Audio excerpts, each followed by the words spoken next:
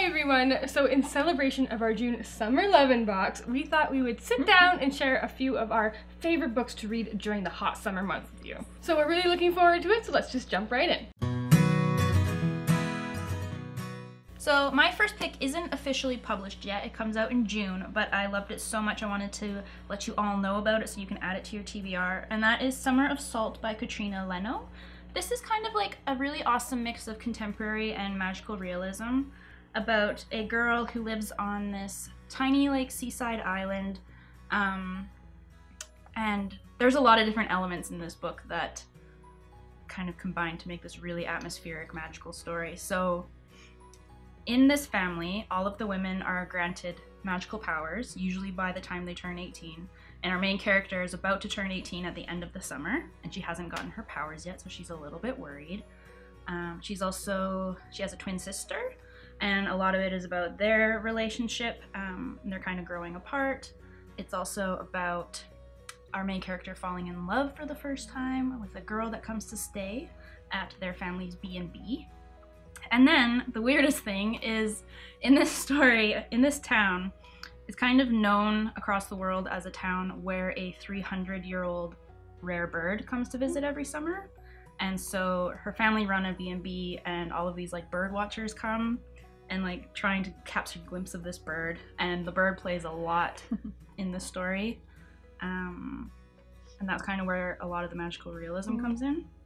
But it's just so good, and it's kind of sad, but also really hopeful and just really well written and really beautiful. And I loved it. Perfect to pick up in June. It would. Yes. This is like good if you want a summer book that isn't like all fluff and happiness, which like I enjoy as well. I mean, we've all picked something kind of like that. But if you want something that's just slightly darker but still set in the summer, I think this one would be good. Nice. Sounds good. Yeah. So my first pick is A Little Something Different by Sandy Hall. It doesn't take place in the summer, nor did I read it in the summer, but I did read it on one like random March sunny afternoon that we had recently, and I took it down to the waterfront and I just read the whole thing that afternoon. It was so beautiful, and it's the story of a potential couple, Leah and Gabe, and the whole story is told by 14 different perspectives around the college campus. One is a squirrel, and he's my favorite. That's really fun. And yeah, it just, everybody kind of wants these two couples to get together, like even the squirrel and the bus driver. It was definitely a really fast one-sitting read, and I think if you just want to feel warm and happy in the summer, it's a good one. And the chapters are so small, it was definitely a just one more chapter kind of book. I was like, oh, there's only like, oh, the next one's only 2, I'll just read that. And then the next thing I know, it's like 6 in the evening, the sun's going down, and I'm like, what a beautiful afternoon. So if you want something like fun and romantic, I definitely recommend this one. It's a beautiful cover too. It is, it's so pretty. And at first I didn't realize all the things have to do with it, but like there's the squirrel and there's like these two characters live in the same dorm building, and the Chinese food delivery guy is just like, you guys ordered the same food, why don't you just order together? And like everybody wants these characters to get together. And yeah, it was just a fun ride. Sounds good. Yeah. So my first pick is The Summer of Chasing Mermaids by Sarah Ockler. This one really wasn't on my radar until a couple years ago, and then I picked it up randomly and absolutely loved it. It's probably one of my favorite summer contemporaries of all time. And it's about this girl named Elise who is from Trinidad and Tobago, and back in Trinidad and Tobago she was like an up-and-coming like this amazing singer, and then she gets into a boating accident and completely loses her voice, like she can't talk at all. And then to kind of like escape this accident and escape these terrible things that have happened to her, she goes and stays with her aunt in a small town in the Pacific Northwest, just to kind of like get back to herself and get away from the spotlight. And so that sounds like a very sad premise for a book, and at first it is, of course, it deals with all of these like very hard emotions that Elise is going through. But once in this town, she meets a kind of like playboy type guy named Christian, who kind of isn't what people think he is, and he ends up convincing her to face her newfound fear of the sea, obviously from her accident, and become his like first mate during the Cove's pirate regatta for the summer. And it's such a fun book, beautiful romance, and actually my favorite character in this is Christian's little brother, who is, I believe he's 6 or 7, and he is obsessed with being a mermaid. So he's just like constantly dressing up like a mermaid, and like Christian and Elise are trying to encourage him to be like, you know, embrace his little inner mermaid, where his parents aren't very agreeing on this, but I just really fell in love with the story, and I definitely think more people need to pick it up. That's very cute. I'll just take that one with me. My next pick is Love Life and the List by Kasie West. I would pretty much recommend almost any Kasie West to read in the summer, but I really enjoyed this one. It is about a girl named Abby who is spending her summer with her best friend Cooper, who she's kind of secretly in love with, and it's kind of unrequited. And Abby wants to participate in like a summer art gallery show, but when she submits her art, the curator tells her that like she's just not really mature there, and like doesn't really have the heart in her art that is required to be part of this show. And that really bothers her, so she creates a list of things to kind of try to like push herself out of her comfort zone, grow a little, gain some more emotional depth.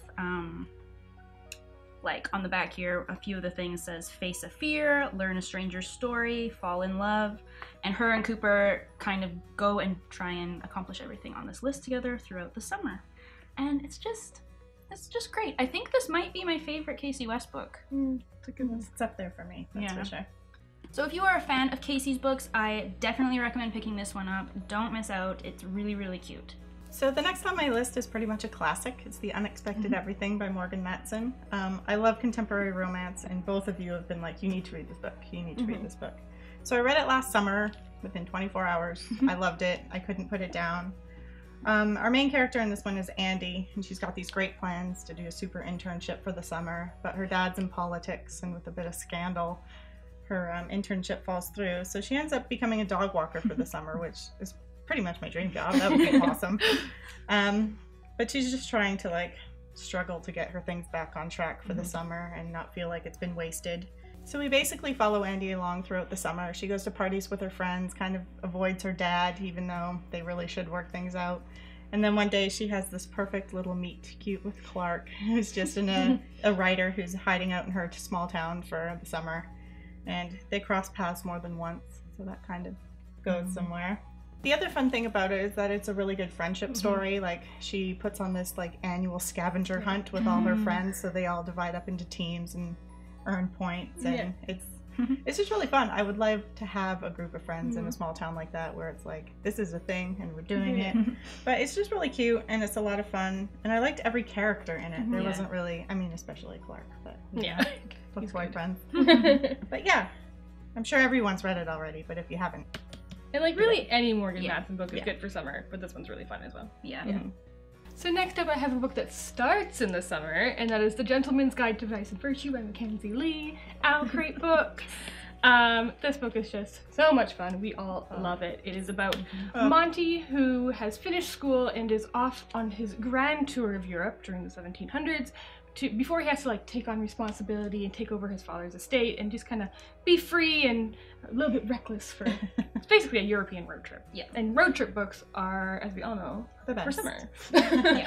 So him and his best friend / class Percy and his sister Felicity kind of set off, and trouble ensues quite quickly because he is a bit of a scoundrel. And often. And it's just so much fun. If you haven't picked this book up, it's the perfect time. And the sequel comes out in a couple months, I believe. Yeah, great. So the humor in this book is just like so off funny. the charts. Like, so funny. Laugh out loud almost every page. For a historical fiction novel, it's probably one of like, it's so different than any other historical fiction I've ever read because it's so modern in how it's done. And it's just so much fun, and you get to go on a road trip. So perfect time. And it has so much heart too. Like, I just love them all.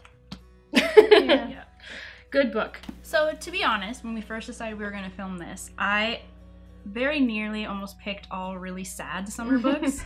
I realize I'm quite a fan of sad contemporaries, and I had some good ones that were set during the summer, but I decided to just keep it down to one kind of sadder book, but it's still so worth reading. It's called The Names They Gave Us by Emery Lord, and this was one of my favorite books that I read in 2017. It is, let's see, what's her name? Lucy. It's about a girl named Lucy whose mother has just found out that she has cancer again for the second time, and Lucy's just absolutely devastated. And her parents normally every summer kind of host like a church kind of summer camp. And this year her mom has asked her not to be at their camp and to instead be a counselor at the camp across the lake, which is a camp kind of for troubled youth and like youth who've experienced trauma in their lives. And at the beginning, Lucy's very apprehensive. All she wants to do is be around her mother, and she doesn't really understand why she's being forced to go so far away from her and to like be put into kids that she thought like she has nothing in common with and has very different beliefs from and things like that. But throughout the book, like you really get to see the summer camp like atmosphere, and you get to meet all of the other camp counselors, and they're all such wonderful, funny, amazing, loving people. And yeah, and like even just the interactions that Lucy has with the other, like the children, like the kid campers, is really heartwarming. Kind of hard, obviously, at times, but throughout the summer you get to see this girl really grow as a person, and it was just great. It's very sad, but also really hopeful, and the like romance in this book is so cute, like one of my favorites. So yeah, so I didn't think that I would really like it because I don't tend to like to read about religion, and that almost stopped me from picking it up, and I'm so glad that I gave it a chance because it truly was awesome. So my final book is Lovin Gelato by Jenna Welch. It was on my radar for a long time, and I always wanted to buy it, and then I never got around to it, and then Cori found a hard copy for me, and I finally read it, and I loved it. It was really good. So our main character in this book is Lena. After losing her mother, she's sent to Italy to live with a father she never knew she had. She doesn't really want to be there. She doesn't want to get to know anybody. She's just kind of miserable for the first little while. But then someone gives her one of her mother's journals that she used to keep when she lived in Italy before Lena was born. And she just starts putting together the pieces of her mom's past. And she has a run-in with Ren, who's this super cute little, I love super cute boys. Yeah.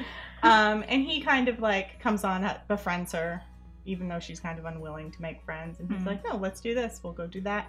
And he ends up helping her track down all the details in her mom's journal, and finding hidden bakeries and solving little secrets. It's just kind of everything that I wanted to be. It's just a great little romantic story. The setting in Tuscany is just beautiful, and you just want to be there.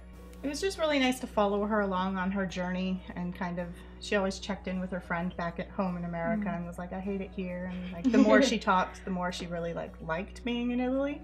And it was just nice to be a part of that. And if you like wandering around in the sunshine, I definitely recommend the audiobook. It was really good. And yeah, I just couldn't stop listening. I just put it in and did my whole life. But yeah, it's great. Awesome. And I just picked up her second one, and I can't wait to start it. I think it's going to be just as awesome. And my final book for this video is North of Happy by Alsaid.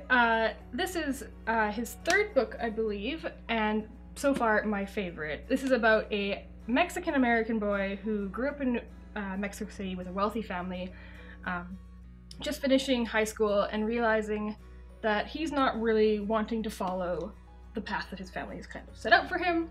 His very adventurous and influential to his life older brother has recently passed away, and Carlos kind of wants to honor his memory and do some of the things that his older brother used to love to do.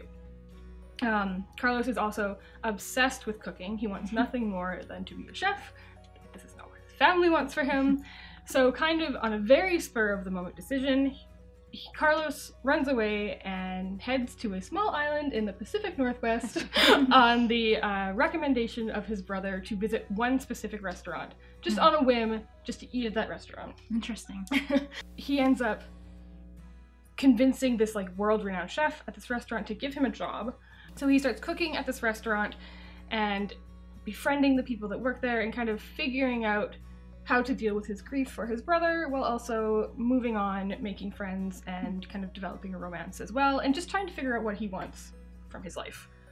So there's obviously very sad parts of it, but there's also like really fun, cool setting. There's really cool friendships in here.